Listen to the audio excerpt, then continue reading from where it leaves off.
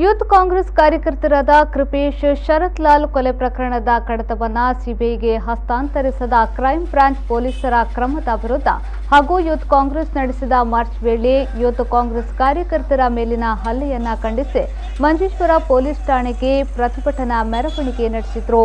Manjeshwar assembly youth Congress ಸಮಿತಿಯ ನೇತೃತ್ವದಲ್ಲಿ ನಡೆದ ಪ್ರತಿಭಟನೆಯನ್ನ ಕೆಪಿಸಿಸಿ ಕಾರ್ಯದರ್ಶಿ ಕೆ ನೀಲಕಂಠನ್ ಉದ್ಘಾಟಿಸಿದರು. ಬಳಿಕ ಮಾತನಾಡಿದ ಅವರು, ಕೇರಳದಲ್ಲಿ ಹಿಂಸಾ ರಾಜಕೀಯ ತಾಂಡವಾಡ್ತಾ ಇದೆ.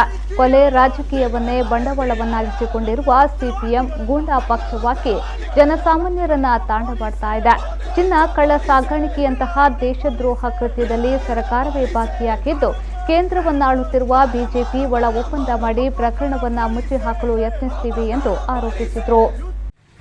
ഹൈക്കോടതിയിൽ കൃപേഷിന്റെയും ശരത് ലാലിന്റെയും മാതാപിതാക്കൾ സമർപ്പിച്ച ആ ഹർജിയിൽ ഈ കേസ് സിബിഐ അന്വേഷിക്കണം എന്ന ഉത്തരവിൽ ക്രൈം ബ്രാഞ്ച് നൽകിയ അന്വേഷണ റിപ്പോർട്ട് ഈ അന്വേഷണ റിപ്പോർട്ടുമായി മുന്നോട്ട് പോയാൽ ഈ കേസിൽ യഥാർത്ഥ പ്രതികൾ രക്ഷപ്പെടുമെന്നും ഈ അന്വേഷണം തൃപ്തികരമല്ല എന്നും ബഹുമാനപ്പെട്ട ഹൈക്കോടതി തന്നെ പറയുന്ന സാഹചര്യമുണ്ടായി. പക്ഷേ ഹൈക്കോടതി ഈ കേസ് അന്വേഷിക്കാൻ സിബിഐ ഏൽപ്പിച്ചിട്ടും സിബിഐക്ക് ആ കേസിന്റെ കേസ് ഡയറിയും അതുപോലെ തന്നെ.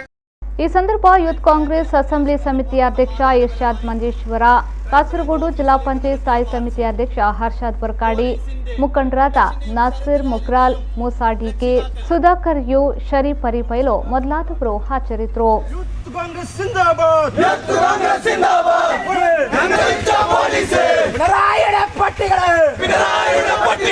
ಪೊಲೀಸೆಲ್ಲ ಚಟ್ಟಗಳಲ್ಲ,